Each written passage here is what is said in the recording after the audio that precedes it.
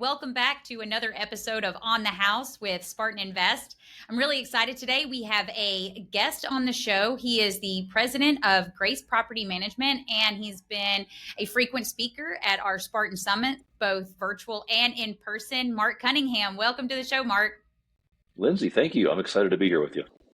Yes, we're really excited. And if you haven't had the chance to hear Marc, please go back and check out some of his speeches that he did at the Spartan Summit. So informative on the real estate and property management world arena. Atlas Rental Property looks to him for all kinds of advice in property management best practices. So we're really excited to have you on. Tell us a little bit about yourself, how long you've been in property management, et cetera.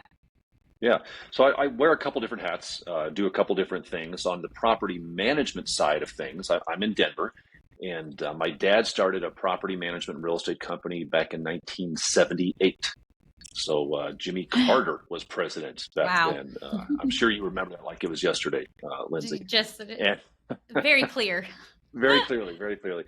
So my dad started a property management real estate company. So I kind of grew up in that world. I grew up in that industry. I'd spend my summers as a kid painting houses and mowing lawns and doing whatever needed to be done. I was kind of employee number one because I was free child labor. So I spent my life growing up in that. So it kind of gave me a unique view into real estate, into property management, into business. And I just kind of fell in love with real estate. It's just, I love real estate. So I am a real estate investor as well. I do a fair amount in that, but our property management is a third-party property management company.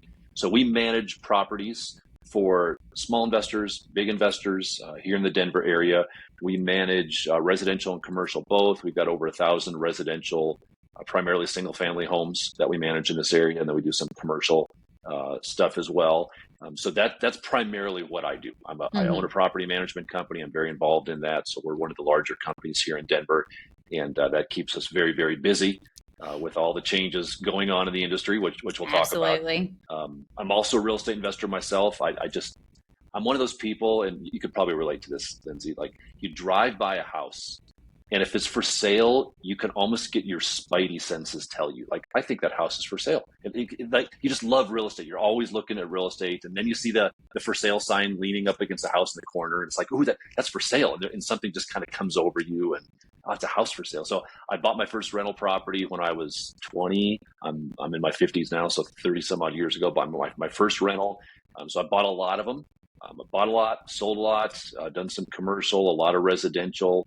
So I love that. I have a big footprint in that. And we could talk about this, but I'm getting out a lot of that in Colorado, at least for some of the reasons we'll talk about. So I definitely have my finger on that pulse. And then I also talk to a lot of investors, and I talk to a lot of property managers. I do a lot of coaching to investors on where to buy, what to buy. Even more importantly right now, what not to buy, where not to buy. That's real important. Yeah, so I definitely want to touch on that too. Yeah. So those are my three things. I run a PM company, I'm a real estate investor, and I talk to a lot of investors and property managers as well. Those are kind of how I spend my time in those areas.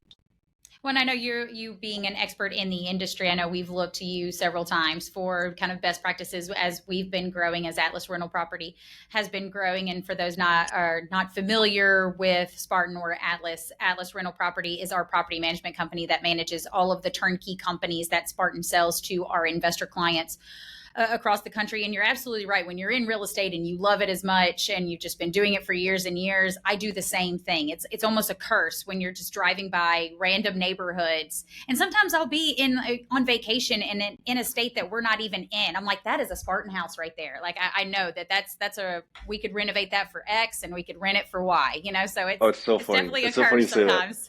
Yes. Yeah. My wife's from Iowa, and we go out to visit her family every couple of years. It's Rock Valley, Iowa. Like it's literally a town of like 4,000 people. And we're driving down these little streets. There's no stoplights, and I'll see a house for sale. And my first thought is like, could I turn that into a rental?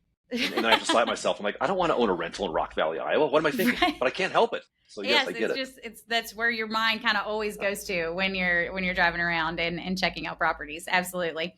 Well, so talk a little bit about just kind of the current economic climate and how that's affecting on the property management side, on the rental side. We've talked a lot to all of our listeners. I know you have heard us talk a lot about how interest rates have affected the buying and the ability to buy properties. But talk from the property management side. What are some of the things that are being affected given our current climate?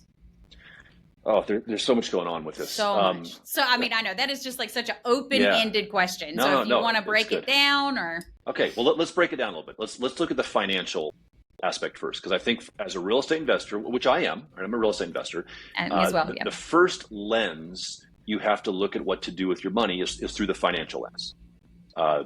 There's the old saying, money flows where it is treated best. So if you're an investor, and whether you have $5,000 or $500,000, what are you going to do with it? I just, before we got on here today, I was playing online and doing a couple things with some of my money, and renewed a T-bill that I have. I've got some money in a T-bill. So we can do whatever we want with our money. You can go put it in the stock market. You can put it in T-bills. You can put it under your mattress. You can buy real estate. So I think as investors, we have to kind of just take off that real estate investor hat first and foremost to say, you're not a real estate investor. You're an investor. And what are you going to do with your money? And real estate historically has a lot of very attractional reasons to put your money into real estate. And they're kind of the standard classical. It's tangible, right? You can touch it, you can see it, you can drive by it, you can improve the value of it. There's that aspect. It's easy to borrow money and to place that and to leverage your money on that. The rent comes in and that pays your principal and interest down on a monthly basis. So there's that aspect of things. There's tremendous tax benefits to it that way. You get to write things off that you don't get to write off as expenses in any other ways that you invest your money. So there are a tremendous amount of benefits. What we've seen over the last more than a decade, really, is the financial attraction of rental real estate. That window is getting smaller and smaller and tighter and tighter. Mm-hmm. So 20 years ago, you want to invest in real estate? Great. Throw a dart at a dartboard to determine where in the United States you're going to put your money. Doesn't matter. The property doesn't matter. You're going to do just fine, because rental real estate and real estate in general has just been trending up and to the right. It goes up in value. That's great. Now that is shifting, because what we've had in the last number of years is interest rates after coming down and down and down. We've been in business a long time. So we've literally seen, since the 80s, we've seen interest rates go from 20+% to buy a house to a little over 2%. That's a 2,000 basis point decrease. So I don't want to get real nerdy, but if you're a finance person, you measure interest rates in basis points, which are like 1/10 of interest rates, and they've come down 2,000 basis points. That's crazy. So for no other reason, that's going to make home values go up, because it's cap rates and it's all those back end financial things. Well, now what have we seen the last couple of years? Interest rates are going back up, which makes it less attractive to buy interest rates, and it makes it more attractive to put your money in potentially other things. So you as an investor, you've got to be more discerning than ever on where you're going to put your money on that side of things. So with that in mind on the financial, and this is where I think you guys have a tremendous advantage and your clients have a tremendous advantage, because you're in one of those markets where the window is still open. Right. In my market, you definitely have to be more strategic on on just where you're going to invest in the real estate.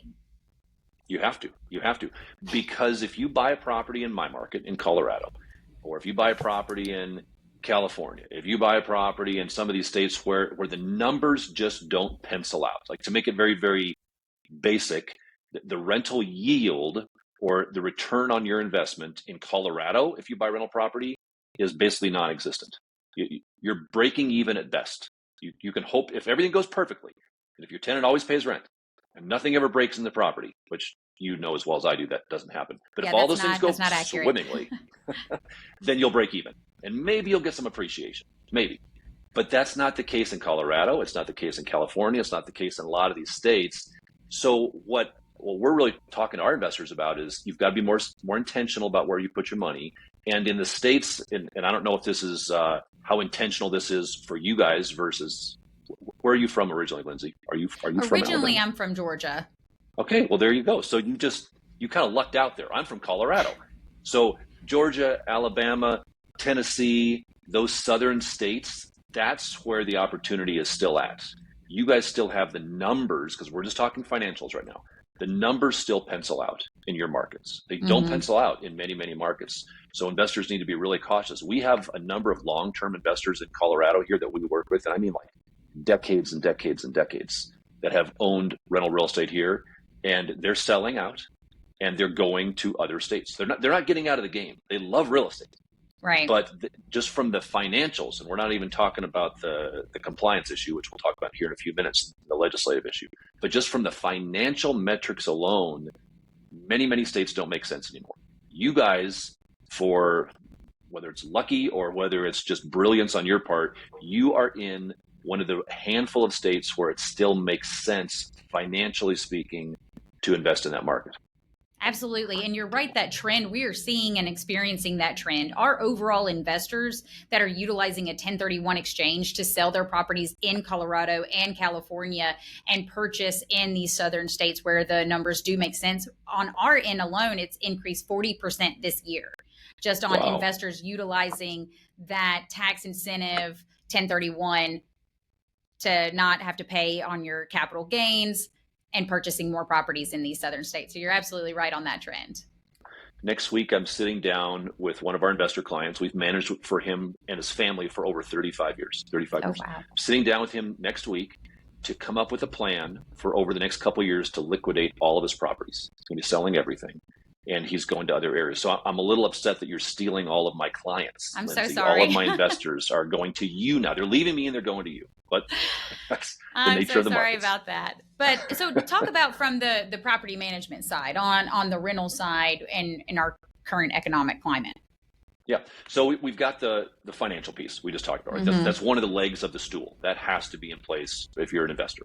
Another leg of the stool that you've really got to pay attention to, and a filter to determine where you're going to go, is the umbrella of compliance, legal aspect, legislative, however you want to kind of frame it that way. Nationally, we are seeing a massive shift away from landlord private property rights, or however you want to frame it, and into giving more and more rights to tenants. And that, so we're recording this video or this podcast here. What is today? Today's the 28th, right? So last night was the first presidential debate. And in the opening statement by the President of the United States, he said, I had to rewind it and record it. He said, "We're going to cap rental rates. If I'm reelected, we are going to cap rents." Now, I had to pause and rewind it. So I don't want to get political. I don't care who wins. I just want people to make money. But when you have the President of the United States in his opening remarks saying, "We're going to cap rents," that's a scary thing for real estate investors, because we as real estate investors, we know that rents are simply a subset of a number of other things. I've got to take my expenses. I've got to take all my maintenance. I've got to take my taxes. I've got to take my insurance. I've got to take my loan, and I've got to tack on some kind of a profit. And that's kind of how I determine my rental rate. Well, if my rental rate gets capped, I wish you would have said, "We're going to cap property taxes," or "We're going to cap insurance." Those things are going to keep going up. So we just have this trend, I think, nationally, to where landlords are really under the microscope. And landlords have to be very, very cautious in how they're approaching tenancy, in the things they're doing with their tenants and the things they're not doing with their tenants. So we see that on a national basis in a massive, massive way that's never been there before. Landlords are definitely viewed in a very negative light nationally, for right or wrong. And not all landlords are good people. I get it. There are definitely predatory landlords out there. Most of them are not. Right. But you're going to be viewed that way on a national basis. So you've got that aspect of things. You've got HUD and fair housing, which is a big, big deal. And whether you're a small investor, you buy one little rental property, or you buy a multifamily, fair housing needs to be in your top list of things that you're paying attention to, because it impacts almost every real estate investor. No, I shouldn't say almost. It impacts every real estate investor from the entire renting process. When somebody applies to rent your property, there are certain things you must not do. There are questions you must not ask. And a lot of the questions are not logical to people who are new to the industry. They want to say, "Well, I want to know how many kids they have." Well, did you know that that's illegal? You can't ask how many kids. Now, you can do it in a nuanced way. But, I mean, how many of us haven't been touring? I've shown properties, hundreds and hundreds of properties, to prospective applicants, right? Toured. And I can't tell you how many times I've been walking through somebody and they've got their kids and I'm like, oh, how many kids do you have? Like, it's a natural question. But that's kind of borderline illegal when it comes to fair housing. Why? Because, well, I could use that information to potentially not rent to them. And it gets very nuanced and weird. Yes. But that stuff is so prevalent, so prevalent. I'm sure you guys have dealt with, to kind of take it to an extreme, what we're dealing with right now is a lot of like things like service animals. Yep. And I want to bring in an emotional support cat. I've got a service dog, whatever it is. And we have to treat that very, very cautiously, because the risk for us as real estate investors, whether you own one or you own 100, is if you get it wrong and you incorrectly or accidentally do something that's kind of outside those boundaries, the penalties now, the federal penalties are massive. They We're are. talking $30,000 minimum penalties for that kind of stuff. And there goes your whole investment portfolio. So that's one little aspect of that. Absolutely. And when you're looking at the risk associated with a self-managed, if you are not a property management company and you don't go through your fair housing training every year to talk about these specific things, to talk about property descriptions and what you can and can't say, even when you're describing a potential property to a prospective tenant. If you're not going through those things, it is so easy to make those little mistakes, because they're majority of the time they're innocent and not intended to be discriminatory, but it still can get you in a lot of trouble and cost $30,000. So absolutely. So that's a risk of a self-managed investor that is like, no, I'm just going to manage it on my own. And that all of these things that you may not take into consideration could really affect you. And we've seen that with other property management companies or agents that are managing properties on the side that are not focused in on those regulations and landlord tenant laws. So that's a really big, massive. Yeah, absolutely. We'll talk a little bit we talked briefly before we got started about some regulation changes specifically to your market. So talk about a couple of those in specific detail, and then talk a little bit about the ones that you think might end up nationally, that you might think will have federal enforcement. Yeah, there's a trend, and that's what we're talking about here. We're talking about trends. The trend nationally, and it's happening on a national level, but it's also happening like state by state by state, kind of the domino effect, is passing laws that are designed to give tenants more rights and to ensure that landlords aren't abusing and taking advantage of tenants. And that all sounds good until you kind of get into the weeds of some of those types of things. So, Colorado, here in our state, in the last legislative session, we passed, I think, 14 bills that were viewed as pro-tenant bills. In our prior legislation, there was the year before, there was another 10. So we're seeing a lot of that. And these aren't just Colorado unique things. This is a trend.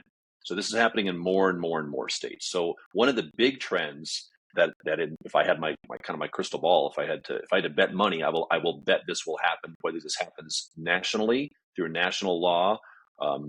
There is a national tenants bill of rights that is kind of floating right now, and this is a part of that as well. But it will be that landlords will not be able to deny housing vouchers or Section 8 or whatever it's called in your market type of a thing.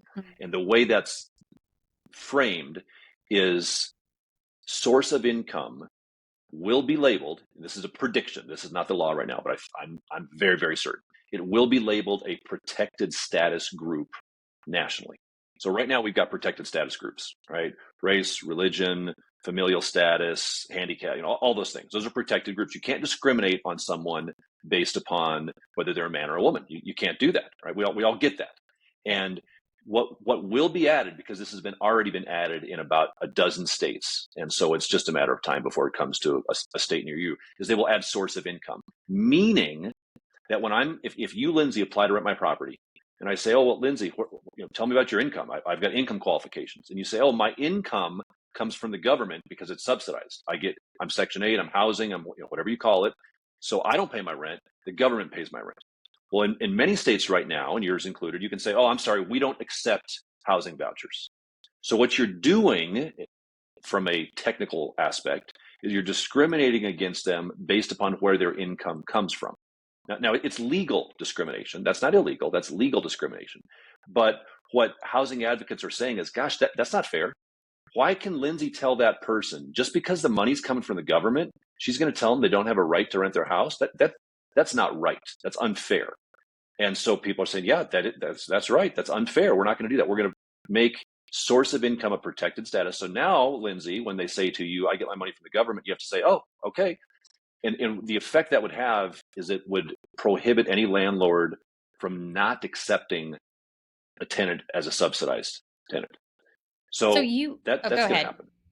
Well, so you and I kind of know there are pros and cons to renting to Section 8 and housing vouchers. So why would that be necessarily a bad thing? Because there's investors on both ends that think that hey, it's Mhm. consistent money. I know the rent is coming in every month, and then there are some investors that will not want to ever rent to a subsidized tenant or where their income is subsidized. So what would be the pro and con? What would be the Yeah. issue with that type of regulation? That's a great question. And you're right. Investors seem to fall in one of two camps. You're either an investor who's like, Mark, that would be the greatest law in the world because I love working with subsidized housing providers through the government because the check is guaranteed month after month. I mean, as long as the government stays financially solvent, so all political jokes aside, I'm going to get my money every month, right? And yes, you will.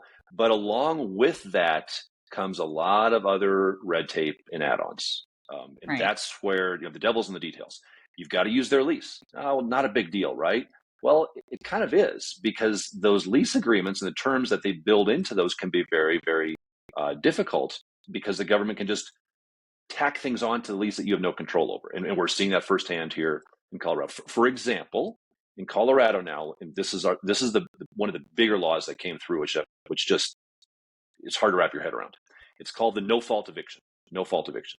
So in Colorado, if you buy property in Colorado, Lindsay, okay, so I'm managing your property, you're the investor, and you say, hey, Mark, when's the lease coming for renewal? I say, well, the lease comes up. It's a 1-year lease, Lindsay, with your tenant. Comes up the end of June. You say, okay, let's not renew it, right? Fair enough.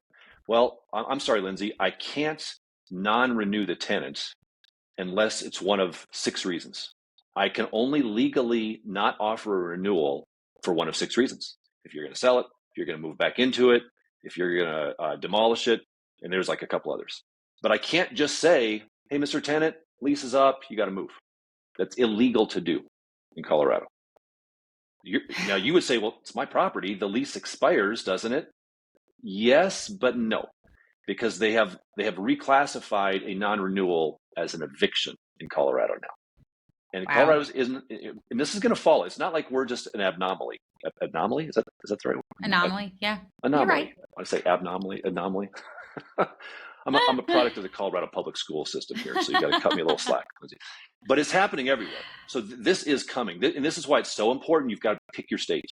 Make sure you're in those states that still have laws that lean towards just fairness. It's not even like you want to go to places that where you can abuse your tenant. That's not the case at all.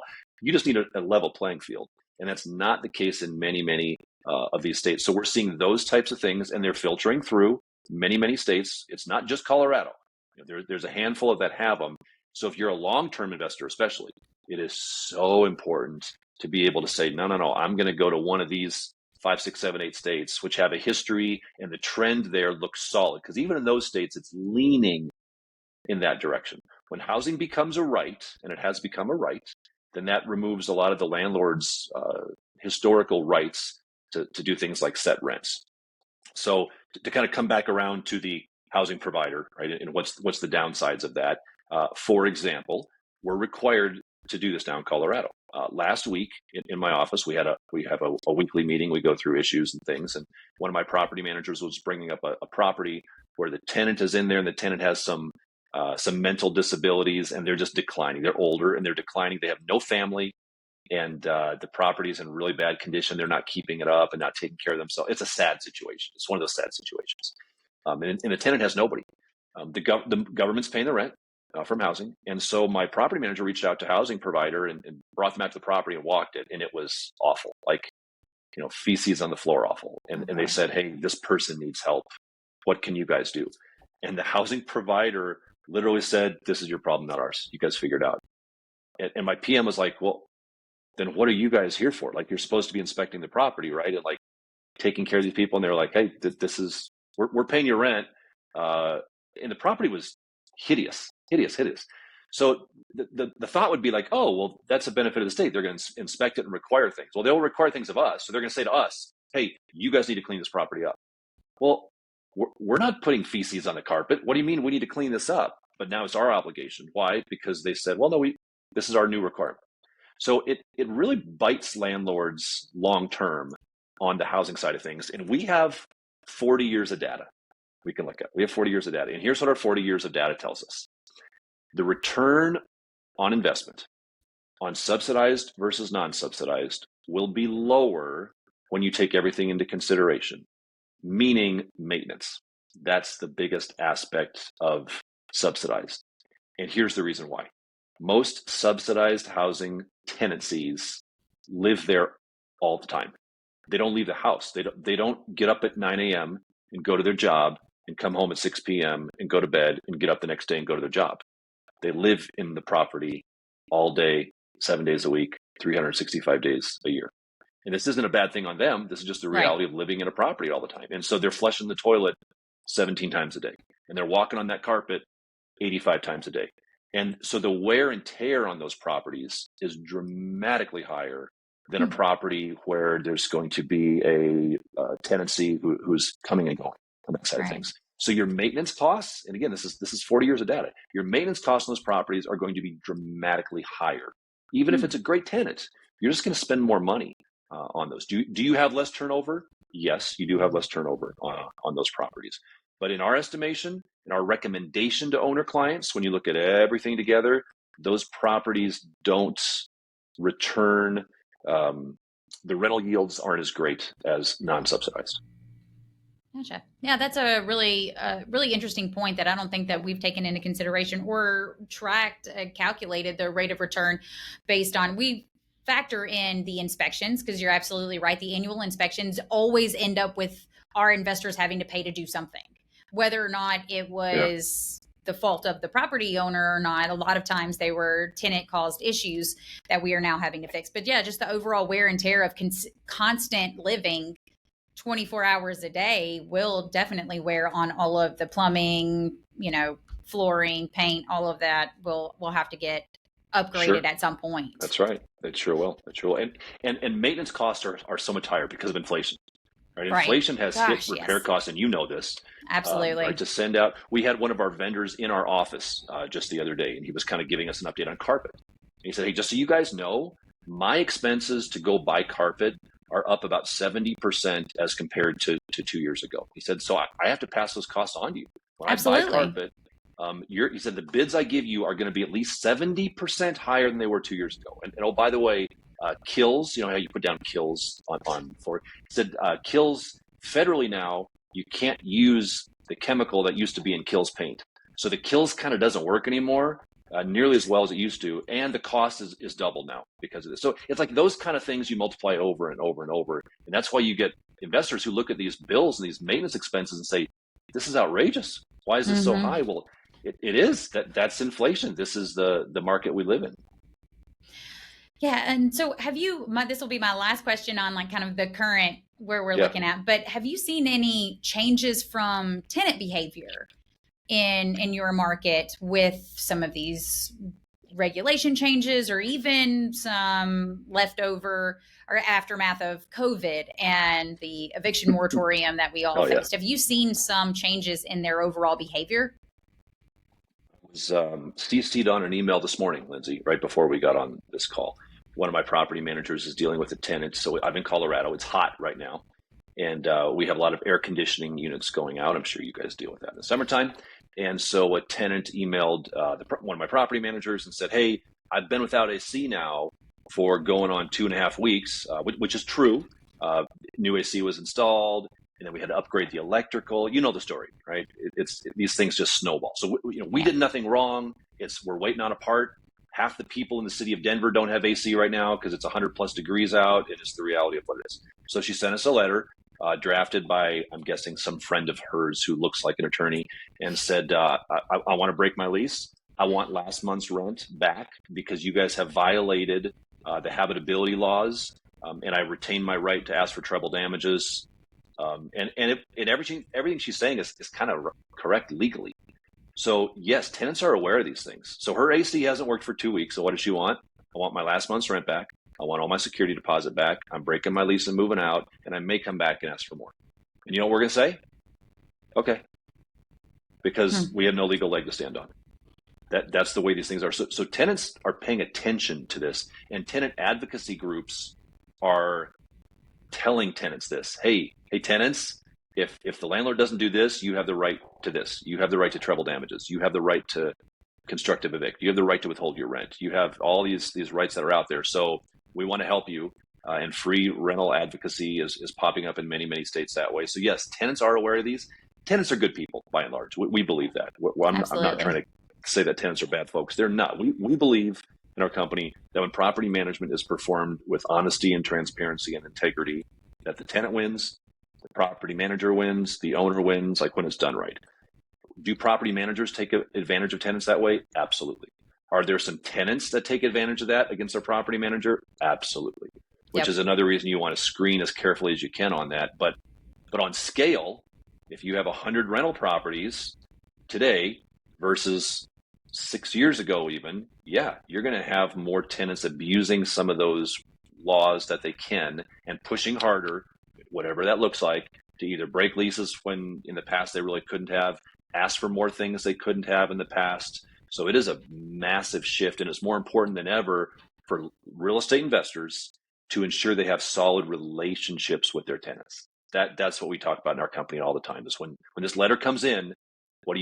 You don't call your attorney. You pick up the phone and you call the tenant and say, hey, I'm so sorry the AC has been out.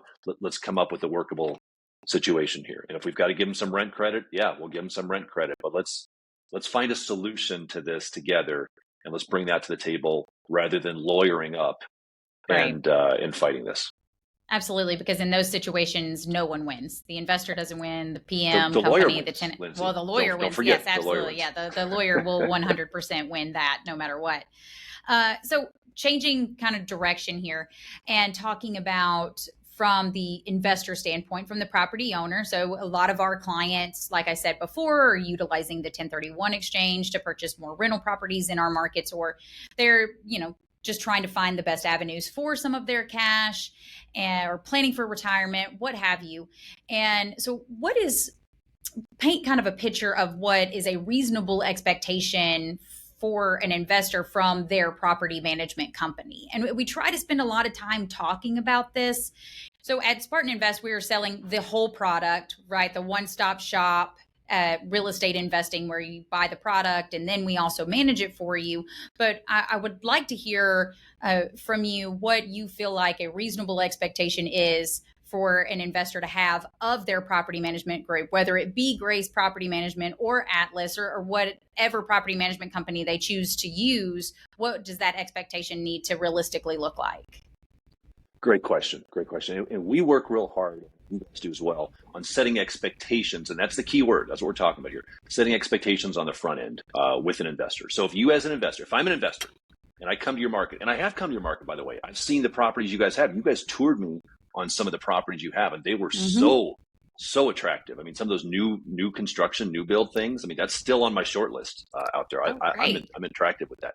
So if I come out there, I have to make sure that as the investor, I understand your expectations of me and vice versa. So if I, as the investor, think incorrectly, okay, now Lindsay's always going to call me before she spends a nickel of my money. Lindsay, don't ever fix anything without checking with me first. That's an improper expectation, because you know that legally, if something breaks, oftentimes the clock starts ticking and you have a certain amount of time to get that fixed. If there's no water, if there's no hot water, that's not a conversation with an owner to be like, hey, the water heater went out. What do you want to do? So we tell our owners, like, if the water heater goes out, we're never going to call you and ask you what you want to do, because we know what we have to do. We've got to replace the water heater, and it's going to be kind of expensive because it is. And we're going to get the best pricing we can, and we're going to use a reputable vendor, of course. But if you expect me to call you and get your permission, put that word in air quotes, right? Your permission to replace a necessary element, that's not going to happen. So there's that understanding of, oh, okay, so now when it goes out, I as the landlord shouldn't get mad and be like, why did you fix this without talking to me? Well, because we've got to follow the law and we've got to follow the terms of the lease. So I think number one, it's understanding from an investor standpoint that your property manager has a lot of responsibility and obligation under the terms of the lease and under the terms of the law that you as the landlord don't even understand. And you're never going to understand it. It's hard to keep track of these things. So Lindsay's probably not going to call you and say, hey, the bathroom sink is leaking. What do you think we should do? Because that's what I hire you for as the investor, so you don't bother me with those two things. So I think that's number one, is getting clear expectations on what does the maintenance communication look like. What are you asking me now? Let me ask you a question, Lindsay. So if I buy a property out there and you guys are my property manager, I'm assuming what I said is just kind of correct, that if my water heater goes out, you're going to get it repaired, right? Absolutely. For all of the reasons that you just said, and that we're required to fix those type of issues without looping in the investor, because there's not an option. We have to. It's not an option. Exactly. Okay. So now here's my worry. Let me play skeptical here for a minute. I'm an investor, and I hear you say that. I think, oh my gosh, that gives Lindsay a lot of authority. Like, so Lindsay, are you just going to call me one day and be like, hey, Mark, we replaced your roof, FYI? No, we would not. Anything that is not necessarily what we would deem an emergency, a big repair like that, a big CapEx item that would require multiple quotes, we are 100% going to loop you in. Now, if it is a roof that is leaking and it's potentially damaging your property, then yeah, we are going to have to do something to remedy that particular issue. But a whole roof replacement is something that we're definitely going to have multiple conversations with the investor. Yeah. And I agree with you 100% on both sides. But we're talking expectations, right? Those are the expectations that owner clients need to understand on that side of things. So I think that's the big one, is on maintenance and spending money, because if I'm an investor, that's my concern. Hey, are you going to spend all my money and not even tell me about it? Well, no, we're not. And at the end of the day, what I say to investors when they're considering partnering with us or hiring us, and this is what I would say to investors that are considering partnering with you guys or hiring you guys, is you hire a property management company for their judgment. That's what you hire them for. Yes, you can read the property management agreement, and you should, and that's going to define all the legalese that the attorneys wrote in, but that doesn't tell you the most important parts of interviewing Lindsay and her team there at Atlas, because it doesn't tell you how honest they are. It doesn't tell you how fast they're going to respond to things when they break. It doesn't tell you their level of integrity. It doesn't tell you their work ethic. It doesn't talk about any of that stuff. It's written by attorneys to define the legal relationship. So as an investor, yeah, I want to read the PMA, the property management agreement. But what I really should be discerning in whether or not I want to partner and hire you guys is your experience and your judgment at the end of the day. So, and as you just said, hey, if here's my judgment. If a water heater goes out, we got to fix it. We got to replace it. That's a judgment call. If your roof is leaking, I'm not going to call you and tell you we just replaced your roof and I need $25,000. But I will call you and tell you the roof is leaking really badly. We put a tarp over it and we got to do something here immediately. And here's an option A and option B. But that's judgment. And so much of property management and investing is judgment. There's no equation for so much of this stuff because you're dealing with tenants as well. So I just mentioned this tenant that sent us this letter that said, I want my rent back for this last month. There's not an equation to figure this out. This is our judgment. This is picking up, getting on the phone with the tenant and saying, hey, we want to come up with a reasonable solution here. So what we're saying, for example, in this is, hey, we'll let you out of your lease. No problem. Are we going to refund your last month's rent? No, that's not reasonable. Will we compensate you for your inconvenience? Yeah. So we're gonna kind of negotiate a dollar amount here to make them go away without having legal expenses. That's where negotiation comes in. That's where experience comes in. That's where judgment comes in. That's why it's so important to make sure that as an investor, you hire the right property manager and the right company who has done this on scale like you guys have. Absolutely, because that's our job, is to alleviate those situations and not end up in court, because it's a very litigious industry. So one of the biggest things that we see from investors is wanting to pick or have a say in their tenant selection. What are your thoughts on that? This is my hot button issue, Lindsay. I'm so sorry. So we get that a lot. A potential owner client will call us and say, hey, I want you guys to manage my property. This is great.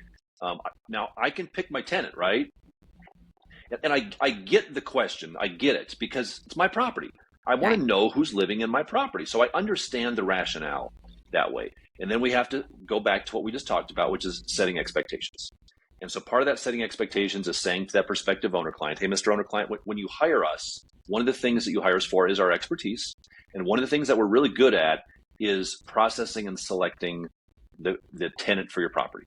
So no, you are not able to be involved in the applicant selection process because you don't understand the legalities of that. And then they usually say, well, it's my property. I don't get it. Like, Mark, you make the recommendation, okay? You process everybody. I just kind of want to know. So just give me a call when you have the application approved and just, say like, hey, we got this applicant. We'd like to approve them. Their credit score is 680. Here's their job. Here's what they do. You good with that? And I'm not going to be unreasonable, Mark, but I just kind of want to know. And I always say, well, I get it. I understand it. I kind of would want to know that too. But here's why what you just asked is borderline illegal. Let's pretend I get two people that apply, and they're both pretty close. And so I call you and I say, hey, you're my investor, Lindsay. And I say, Lindsay, I got two applicants here, and they both look really good. Help me decide which one we place. So we've got a husband and wife here, two kids, 680 credit score. They make 3 times the amount of monthly rent. Great rental references. They look really, really good. And we've got another couple cohabitating. They're not married. They've got 4 kids, higher credit score. They actually look better when it comes to that. Who do you want? Who do you want to pick, Lindsay? Well, if you're using your logic, you're going to say, well, okay, wait a minute. These people have 1 kid. Yeah. These people have 4 kids. Yeah. Let's go with the one with 1 kid. That's what you're going to say. And I get it. I've got 4 kids. If the law didn't require it, I wouldn't let them live in my house because they tear it up. They're awful. I mean, I can hear them outside my office room right now. They're probably putting holes in the walls and doing who knows what to my house. Kids are terrible on properties. But the law says I can't take that into consideration. Right. So if you make that mistake and say, no, let's go with people with no kids. And what landlords will be is like, they're never going to know. Oh, yes, they will. Yes, they will. Yes, they will. Because the people you decline, when you decline them, if they feel discriminated against, and that's the key, if they just feel it, if they just think you didn't treat them right, and they go onto their HUD app, which is an app on the phone, they press file complaint. Guess who's showing up at your office the next day with a knock on the door? Your local HUD representative who's going to say, hey, I need to see every application you've received for the last 24 months. And I need to see your processing background on every one of them. I need to see who you approved. I need to see who you declined. And that happens more often. That's not just a horror story. No, that's real life. Absolutely. Absolutely. So landlords should not, nor should they want to be involved in that process. They should give you as the PM that liability. If you're a real estate investor, you don't want that liability. No. Let your property manager take that liability. Right. Yep. And again, like we were talking about before, all of the fair housing training, and that is the biggest issue that they talk about is the selection of the tenants. And it doesn't necessarily matter what your criteria is from a property management standpoint. You can lay out what your criteria is. However, you have to apply that same criteria across the board. Yeah. And so giving investors the ability to pick and choose violates that fair housing law. So yeah, it's a big issue. Yeah, it's a huge issue. And I think that just to follow up on that, to bring that to conclusion, that's where me as the PM or you, Lindsay, as the PM can hopefully say, Mr. Owner Client, I understand your concern. Let me explain to you how we process applicants. We pull this, we look at that, we do this. And then what we say, for example, because this is true, is we say over our time in business, we've processed over 30,000 rental applications. 30,000. We kind of we know what we're doing. And our rent collection rate on a monthly basis is over 99%. And our eviction rate is less than 0.5%, which tells you, Mr. Owner, that we're doing a pretty darn good job of approving or declining tenants. Is it perfect? No, and it never will be because life happens to people. But that's what you pay us for. It's our judgment, and we kind of know what we're doing. So I would say if I did show you these apps, like if I really did, and you pointed something out that we didn't catch, then you shouldn't hire us anyway, right? I mean, if you look at that and you're like, Mark, it says right here they owe a previous landlord money. And if I look at it and say, oh my gosh, I didn't even notice that. Well, God, thank you for pointing that out to me. Well, then you shouldn't hire me in the first place because we don't know what we're doing. So we've got to prove to you, Mr. or Miss Landlord, that we know what we're doing when it comes to applicant screening. Yeah, that's a great point. So to kind of wrap everything up and look into your crystal ball, and what would you say are going to be some changes? I know you we talked a little bit about the regulation changes, but in the next 5 years, do you accurately, or do you think that there are going to be some regulation on rent caps, or what would you say 5 years, big changes in the rental markets? I love real estate. So this is coming from a person who loves and is passionate about real estate. I love it. I think the pendulum is swinging so far and so fast against private property owners and their ability to control their property that way, that if you're a real estate investor, you've got to be uber cautious on that. I think the risk of owning real estate, certainly in some states, has never been higher, like never, ever, ever.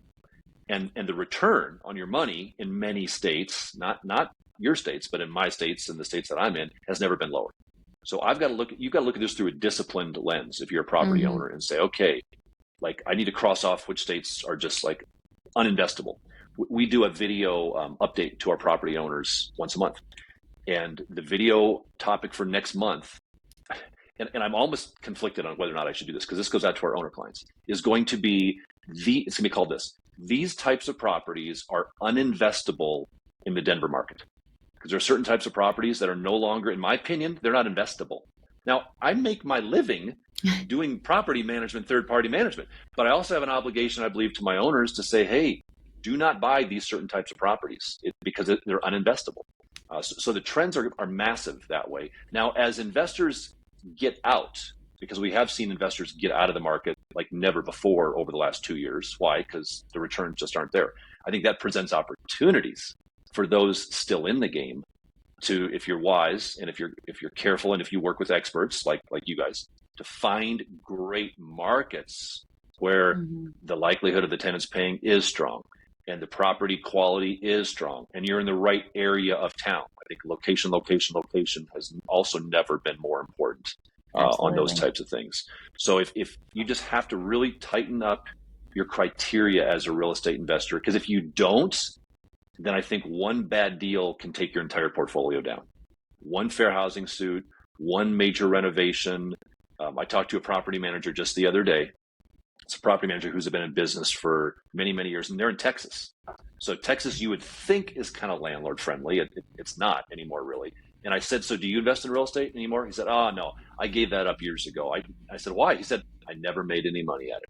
And this is a professional property manager in Texas.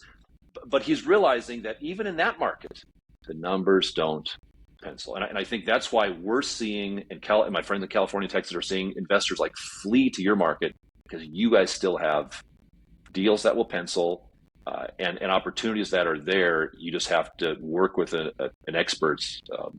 That's why I came out to visit you guys. I don't know your market. I want to work with investors like you guys.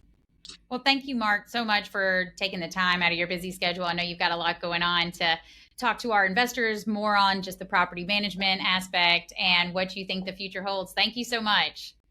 You're welcome, Lindsay. All right, guys, that's On the House with Spartan Invest.